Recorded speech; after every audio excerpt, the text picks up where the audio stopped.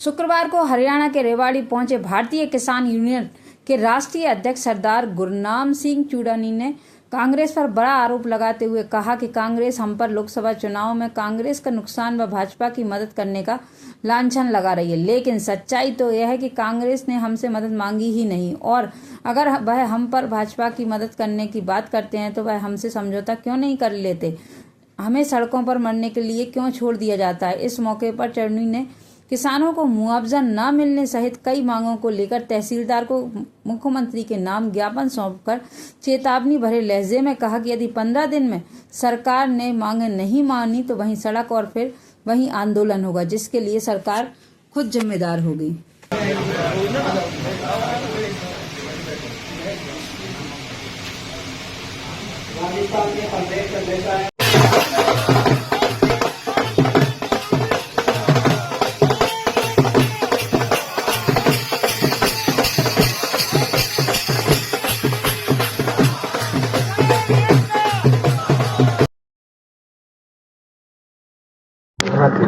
अब जैसे ये है कि 21-22 का अभी तक मुआवजा नहीं मिला, ठीक है। अब इसमें दो चीज है।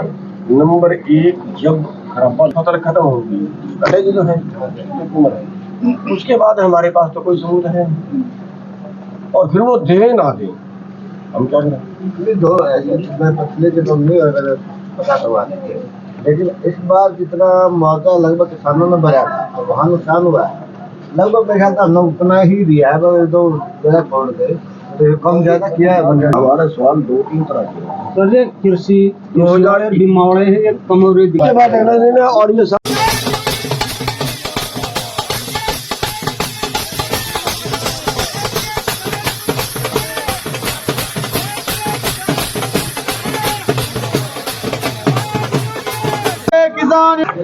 देखिए, आज यहाँ पे मीटिंग थी और यहाँ के लोगों की बहुत सी समस्याएं। 20-21 का मुआवजा अभी तक नहीं आया, पिछले साल ओलावृष्टि का पैसा अभी तक नहीं आया, एक मेट्रो के लिए जमीन एक्वायर की थी उसका पैसा अभी तक नहीं मिला।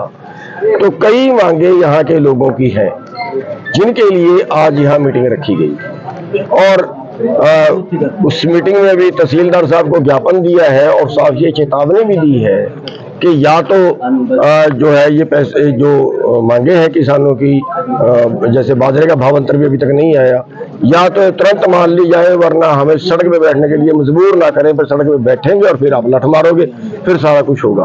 एक पार्टी बनाने की भी बात हो रही है। एक बात तो चुनाव रह गया, कुछ ही 1-2 माह शेष है, आगे की क्या रणनीति है? चुनाव लड़ेंगे या नहीं लड़ेंगे? पार्टी का गठन कर रहे हैं, किस तरह की पार्टी? हाँ, मैं वही बता।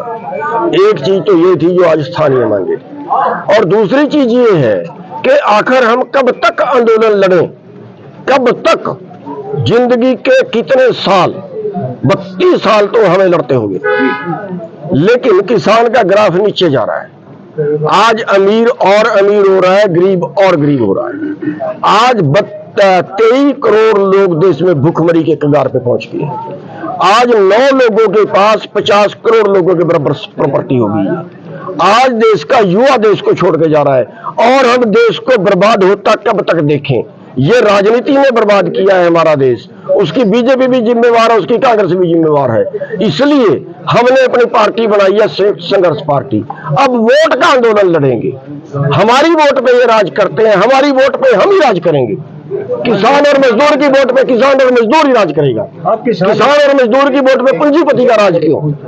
इसलिए हमने पार्टी बनाई है, और अगले चुनाव के अंदर हम सभी सीटों पे अपने कैंडिडेट उतारेंगे। कांग्रेस नीति है, इस तरीके के आरोप ऊपर अगर बीजेपी के वोट काटने की रणनीति है और कांग्रेस का नुकसान करने की रणनीति है, तो फिर कांग्रेस को समझौता कर लेना चाहिए।